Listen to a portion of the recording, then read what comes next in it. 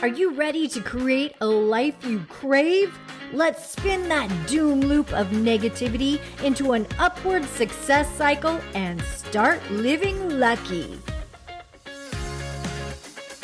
Good morning. I'm Jana. I'm Jason. And we are living lucky. You are too. I know that we've had this discussion before, but I feel like it is one of such power and such profound magnitude that I feel it is necessary to have it again, because we were at lunch yesterday with just a power couple. The Vastardis team. That is correct. The Vastardis team, which they gave me a job back when I first moved to Orlando. Back in 1978. No. I was 3 years old in 78.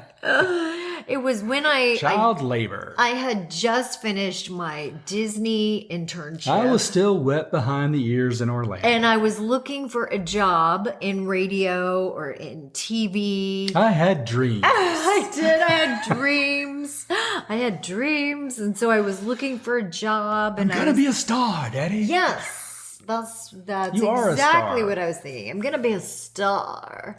And in the meantime, I was like, what should I do in the meantime while I'm waiting for God to do his magic? So I'm going to see the world. I started working for Amy and Alex because they helped me find my house that I was living in. And what is the world if not real estate? Yes. So they were my realtors, and I was telling them, yeah, I'm kind of in transition. I'm waiting for God to work his magic while I become a star.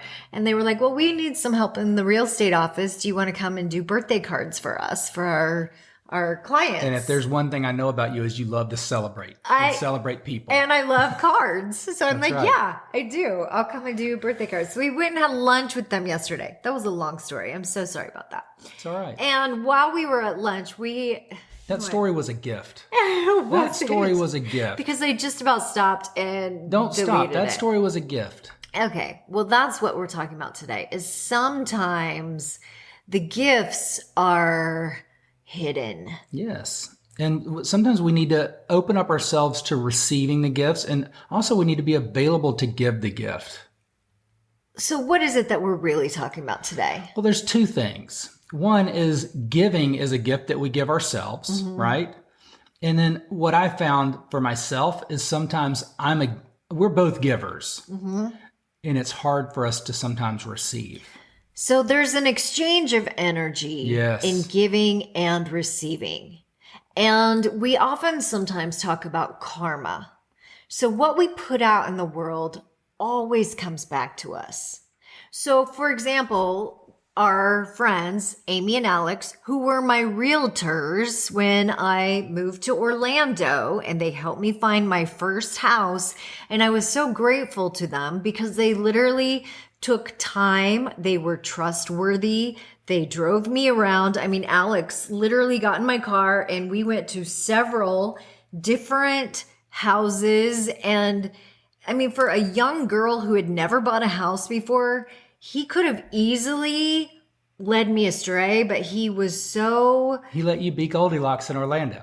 He's like, this one's just right. He did. And he listened to what I needed. And he also took the time to educate me and say, okay, well, you want to watch out for this. And also he kind of took me under his wing in that he was like, okay, this is a young girl who probably doesn't realize, you know how we always say you don't know what you don't know. Okay, so what I'm saying is he was very kind and they went extra for me. They really went extra. Not only did they go extra, but then they gave me a job because they knew that here I was buying a house. I lived alone. I didn't know a lot of people. And so they gave me a place so that I had a place to go and I could meet people. I mean, they gave me a job of doing birthday cards. I literally would go in and print birthday cards. And I only showed up sometimes I'm like, I'm kind of tired today. I don't think I'm coming in. I'll just print them from home. birthday cards from home. I did that. And they were like, really? You just want to, yeah, I'll just print them from my own computer. And they're just thinking, we just saved on printers. Yeah, they did. So like it was What a kind great of employee. it was kind of a fluff job. I'm just gonna be That's completely right. real with But you. you served a purpose and a need, and it was a good exchange. I feel like it was an exchange. Now, I do feel like they were doing me a favor, but here's where it always comes back. Jason and I now have bought 2 houses from them. I have sent people to them. Like, it has definitely come back to them monetarily Yeah. for them. And I would think spiritually in like all kinds of ways. Because Yes. it's a ripple. There's a ripple that runs through the world. And here we are 20 plus years later. They are great friends. We went and had a lunch yesterday. And they're the subject of today's conversation that's going out. I know, right? And I just feel... And they've been the subject of other conversations, and it's in a positive light. Yes. I mean, I just feel like what you put out comes back to you. And that even became a topic yesterday at lunch, is the topic of giving and receiving. And sometimes there is a secret power of giving that you don't even realize. I mean, our intention is to give without receiving. Without needing back. Without needing to receive, but there is a little secret there, because what we put out into the world almost always comes back to us, not always from the person we give it to, or from the thing we give it to, or from the subject or the area of life that we're giving it to. Not always in the guardrails of the expectation. But it comes back in other ways. Absolutely. And it's weird how that works. It's that energy. Karmic tidal wave. Yes, there is energy there. Yes. And I think sometimes for me with the receiving, like sometimes I don't receive gifts or receive help. So when someone offers to help, I can have a dozen bags, like carrying bags out of Publix or through the airport, and someone will offer to help me. And because I'm like, I can burden this. I can shoulder this. It's like, that's the mentality. Right. And this is just a physical manifestation of this. And not to mention the emotional or the any other way of manifesting this, but I will just burden myself with these things. And if I just allow the person that's offering the help to help, it just feels better. It allows them to feel good, contribute. Receiving that offer of help is a gift to the person offering the help. It's a way that I'm not only receiving, but I am also giving in that sense. So it's a different way of thinking about it. Yes, it's kind of turning that receiving inside out and allowing that to be giving. So subconsciously I can think, okay, it's not me having to burden, it's me allowing myself to give them the ability to give. I was in a webinar about retreats, and the woman that was giving it, she was so great. She was so great. And she talked about the word selling. And so many people have such a negative connotation around the word selling. And yet she said, if we reframe that in our minds and actually think of it as an offering, you are offering people a retreat. You are offering people knowledge. Allowing them the ability to buy something. Yes, you are allowing them the gift. When you said that, I'm like, I love buying things. People love to buy things for themselves. I do not want to be sold something. You are giving them the opportunity to have that dopamine hit of, oh my gosh, I get to plan a vacation for myself. I get to do this for me. I do love buying things. Everyone, a lot of people do. In fact, sometimes it's like, oh my gosh, I need to do something for me. I'm going to go buy something. Yeah. Right? I got to click the button. Buy it's now. A comfort That's thing. why they put the buy now in the Amazon. Yes. Buy now. And when she said that, I had an aha moment from, oh my gosh, because a lot of times I think, oh, I don't want people to think I'm selling them something. I don't want to come across as salesy. But when she said that, no, you are giving them a gift. Yeah. Like give them opportunity to open the door and have this experience. Yeah. Yes. And that just, wow. And then I realized, wow, I've had blocks around that. How do we just turn this inside out so I can see what the new truth is, what the new gift is, how we can have a new experience of it. And just like what you said, that you sometimes don't like to receive. So when we even just say the words, oh, I sometimes don't like to receive. Well, that's ego and that's pride. Yeah. And the minute we realize, even in our words, that we're saying things like that, there are energy blocks. Yep. And as soon as the energy blocks come out around us, people can feel that. And It's a barrier. it is a barrier.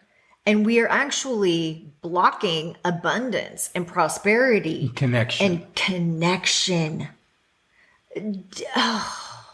It's the awareness around that. And that's why I'm so thankful that we have these conversations, because so often we don't talk about these things, but our souls feel it. Our souls feel it on a subconscious level. We feel it.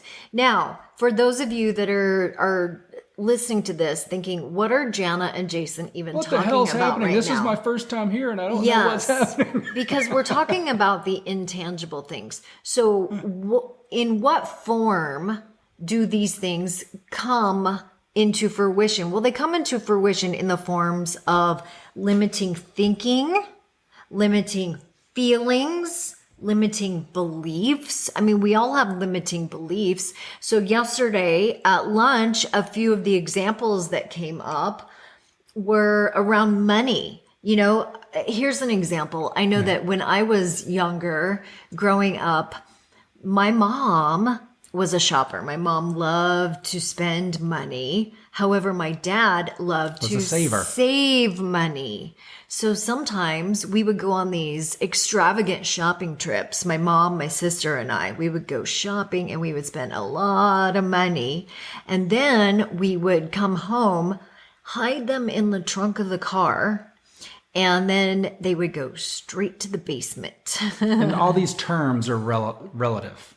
Right. It's yes. I mean, we would show my dad, like my dad would say, we're not talking spending tens of thousands of dollars. We're just talking relative terms. Yes. So then my dad would say, what'd you guys get? And we would show him a couple things, oh, we got this, we got some new this. Levi's and some shoes. And then a few of the bags would go to the basement. Yeah. And those would come out like, a few weeks later or a month later, where my dad would be busy doing other things and we'd just wear those. Dad's over at the farm. Yeah, we'll wear those to school today. And it wasn't, so if some people would be like, well, that's not being very honest, or that's not being, well, my dad would eventually see the checkbook and the, that was before credit cards. Yeah, and then my mom would deal with that, and we could all feel the tension in the house. So like we all felt it. And that energy I still carry today. Like I can go home and still carry it. Now it lessened as I got older with my younger sister. It lessened a lot because my parents had more money as I got older. Do you know what I'm saying? Mm-hmm. But when I was younger, there definitely was. Well, when you were younger, there were three girls in the house. Yeah. Right? Yeah. And so anyway, like there's energy. There's energy. Well, it also manifests itself in isolation, because what we'll do is we tend to, by not giving and not receiving, we isolate ourselves because we build these barriers up between who we are and who our soul really wants to be. Yeah. And that's one thing that I recognized is when I feel like I'm not enough, when I feel like I don't matter, I stop trying to matter. I stop showing up fully and authentically. Yeah. And then when I finally get the urge to, or I get the opportunity to volunteer somewhere. And then even if I don't feel like I have anything to give, but like Thanksgiving comes around or Christmas, a holiday where I can go serve at a food bank, then I show up and I'm actually helping someone else. Then I get this overwhelming understanding of, wow, I can actually matter, and I have this ability to give and serve and love someone from anywhere, like with anything, from wherever I am, whatever station I'm at in life. And that kind of builds this new soul light within me. Does that make sense? Yeah. Which brings the barrier down, the connection strengthens, and then allows me to live more fully day to day and grow in different areas. Probably took it in a little squirrel path, but Yeah. but there's a lot of different ways it manifests, I think. And they are intangible. Yeah, I guess what we're really talking about is the energy that is around it and how energy starts to accumulate as we go through these different experiences. And It can either be an energy of bonding with connection or isolation or a Block. barrier. Yeah, a block or a barrier. So which kind of energy are you looking for? You're looking for an energy that's a growing, bonding, abundant type energy that's a high vibration, or one that's kind of a low vibration and barrier. it gets stuck. Yeah, stuck. It gets stuck. Yeah, It's I like literally that. I like the sticks. high vibration. That flows. That That yeah. flows through you. Yeah, it feels like flows through which is you. kind of like a blood flow, right? It's an like, exchange. It feels like a good energy. It gives, it receives, and it's constantly moving. Yeah. It's It's moving. the circle of life. It moves through you. Yes. It moves through you. And otherwise, we get clogged. Stagnant. We get clogged. Stagnant, infested. Yes, we do. We get clogged and toxic. Ah. Oh my gosh. Okay. All right. Well, we were a little bit. I got a little wordy. No, we started with my damn story. I love your story. Okay. Well, thanks. I'll keep it in. I feel like I'm living lucky. Thanks for joining us. Don't get clogged. Don't get clogged. Okay. Yeah, clean yourself out. Keep living lucky. Bye-bye. If the idea of living lucky appeals to you, visit us at startlivinglucky.com.